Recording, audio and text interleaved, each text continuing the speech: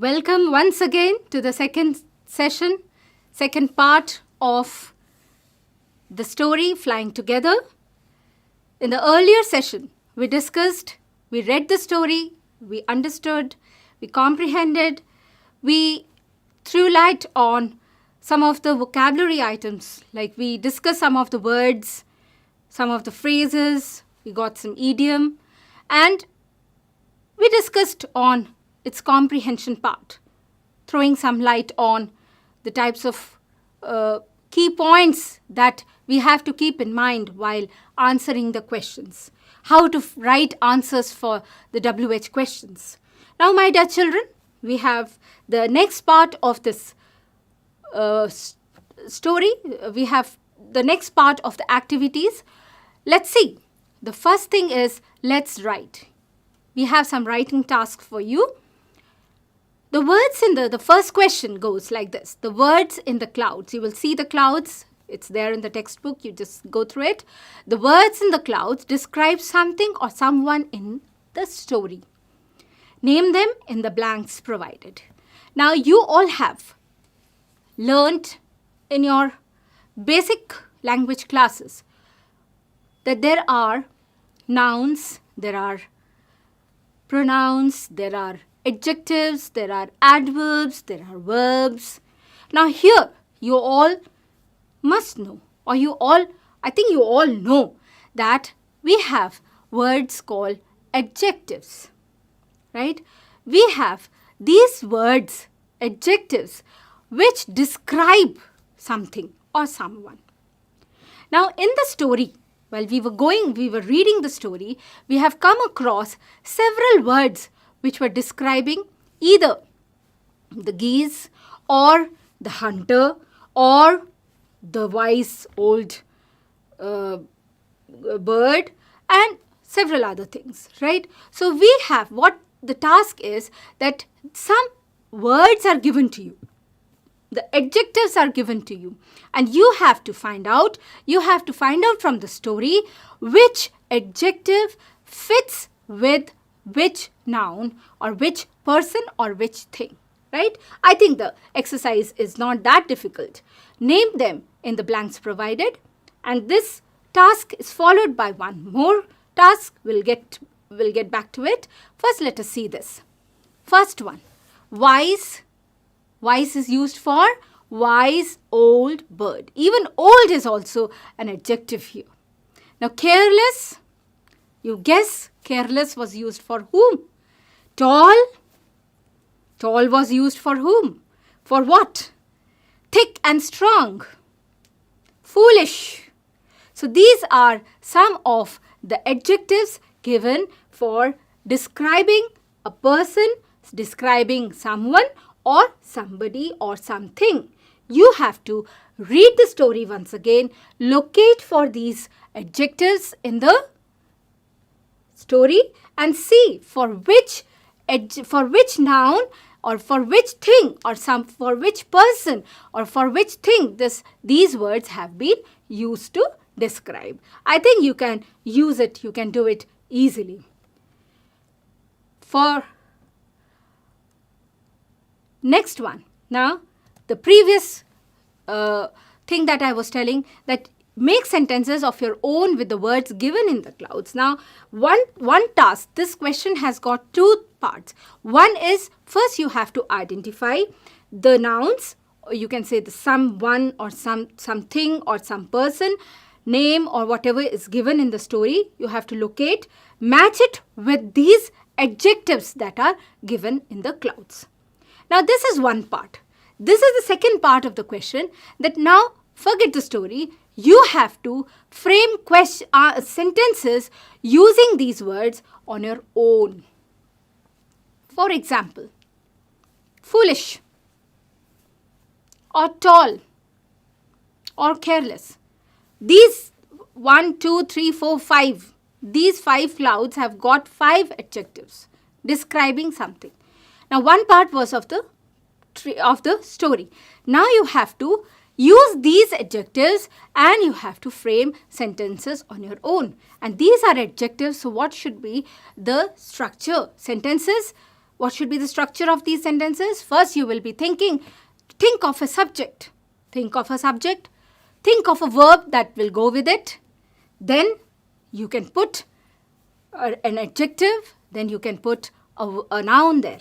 For example, this is a tall tree. Or there's a tall mango tree in front of my house. Right? So you can think there is a tall mango tree.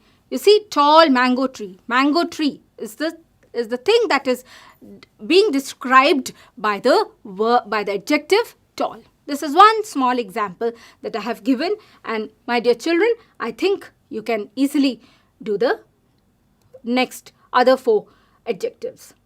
Now moving on to the next exercise. Here are some answers about the given picture. You can see a picture. What is this picture? This picture is of an ant, right? What is the color? The color, it is described. There are certain things mentioned about this ant. What are the points mentioned about this ant? The color of the ant is black. It lives on land. It has 2 long antennae. It crawls on the ground. It eats sugar. These are some of the characteristics. These are some of the things that you might have observed with the ants, right? Now, what is the task? Task is, now frame questions for the above answers. What is the first sentence? What is the first description given? The color of the ant is black. So now, if you see the structure, the color of the ant is black. Definitely, what must have been the question? The question must have been, what is the color of the ant?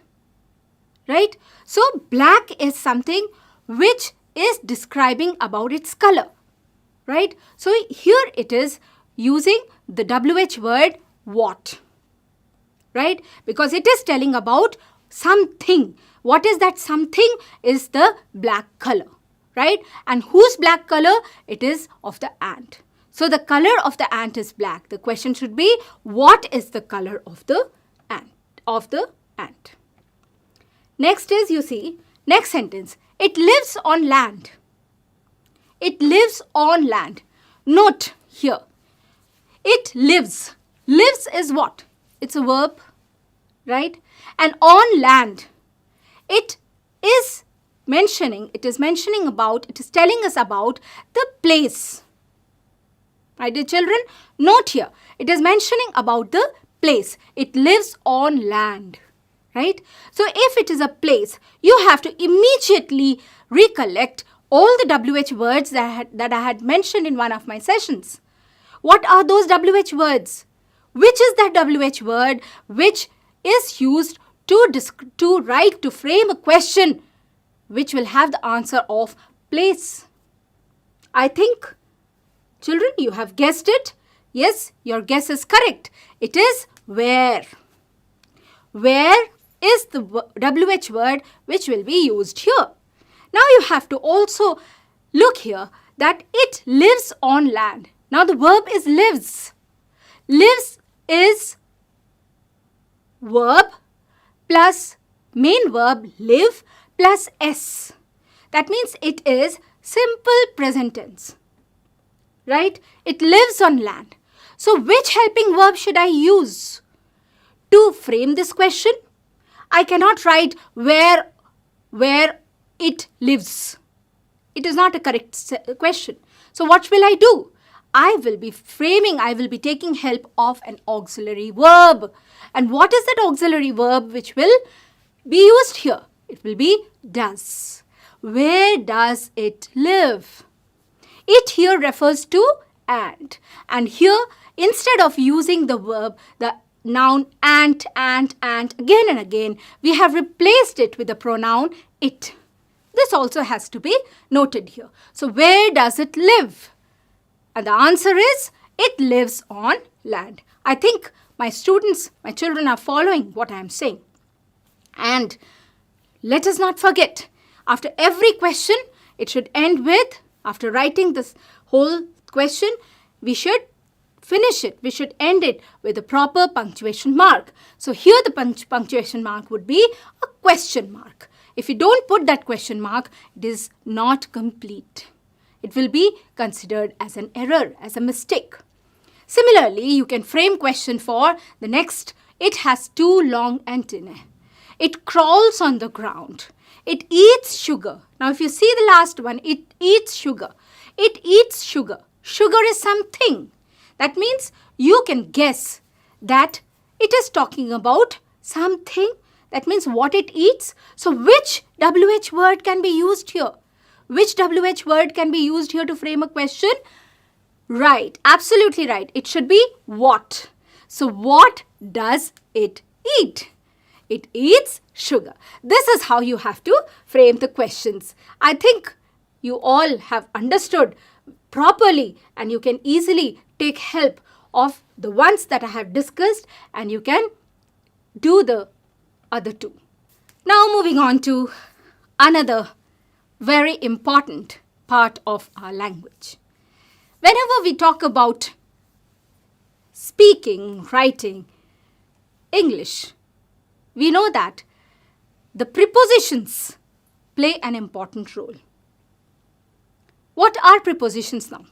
You must have been introduced with this, or maybe first time, but you must have come across this word prepositions, or you forget about the word prepositions. You must have come across certain words which tell you that what is the relation between 2 things. For example, if I say,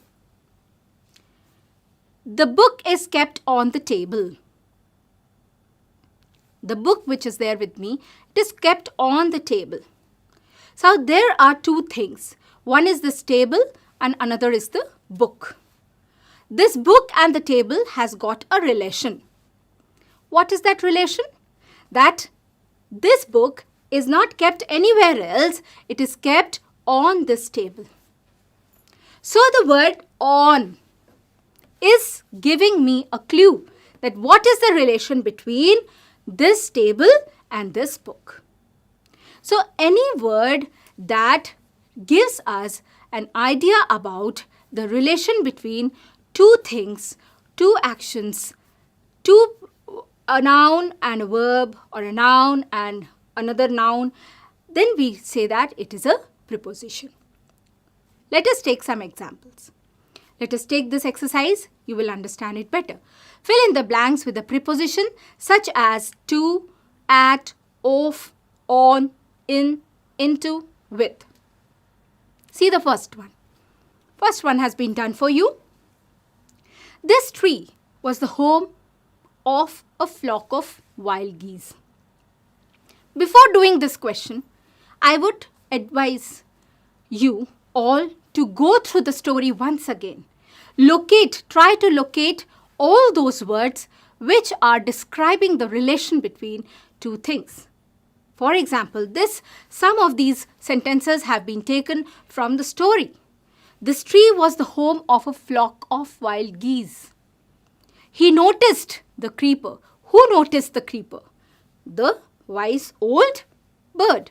He noticed the creeper dash the foot of the tree. Where did he notice? He noticed at the foot of the tree. So this shows the relation between the creeper and the tree. Now, next one is, it would be a pity dash destroy it now. Here, it would be a pity to destroy it now. Why to destroy it now? To do some, it's again showing an action. It would be pity. It would not be good. It will not show a very good gesture if we destroy it. So they are saying it would be pity to destroy. So the preposition used here is to. Now similarly we have other sentences. As they flew the tree, they were trapped. The boy ran, dash the dog. The frogs jumped, dash the well. The girl was thrilled, dash see her new bicycle. The birds were caught, dash the net. The children walked, dash the bridge. So shall we do it, or Okay, we'll do it. We'll solve it. No problem. It would be a pity to destroy. We have done it. Next one. As the flew, dash the tree, they were trapped. As they flew, what is it? Could you locate? Off the tree. Yes. You can tell. The boy ran with the dog. The frogs jumped into the well. Now, I don't think it would be advisable to tell all the answers. Rest you can try out. We'll move on to the next one. Here, there are some more prepositions given to you, and you can just try out. Complete the paragraph. It's a paragraph given to you. It's a part of a story and another story, and you can just read it and try to use the prepositions given. Around, across, with, along, to, after, next to, into, from. Using these prepositions, you have to fill up these blanks. One day, as I was walking along the bank of the river, I saw my friend running across the field. Right. He was calling my name and waving.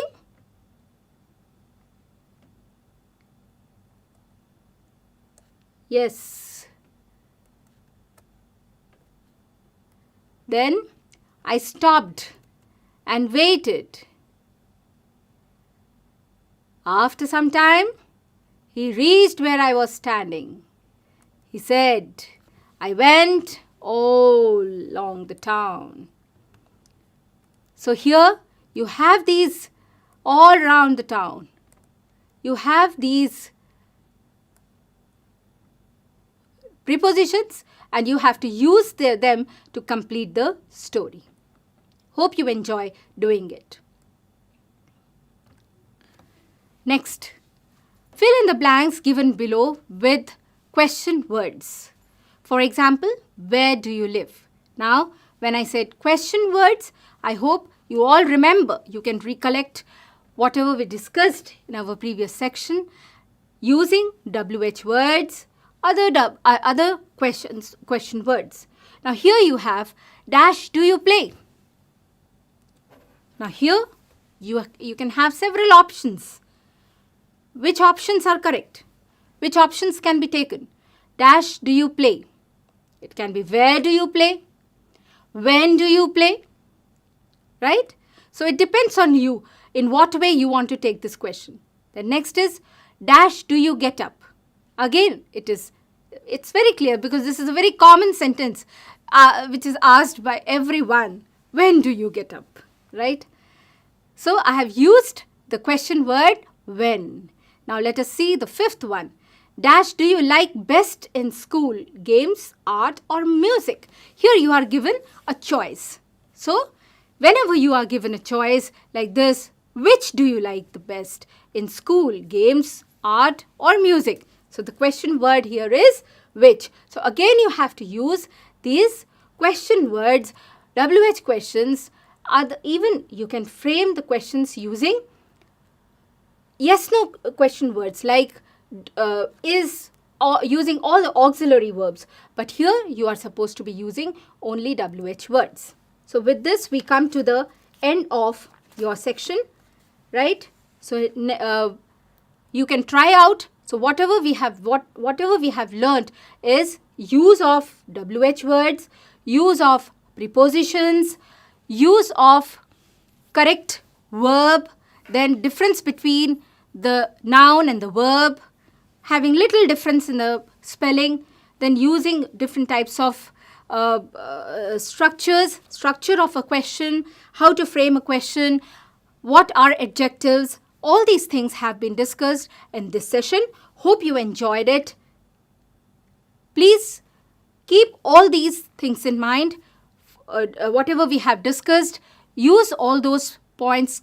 Keeping all those points in mind, try out these questions so that you can enjoy. Thank you. Have a nice day.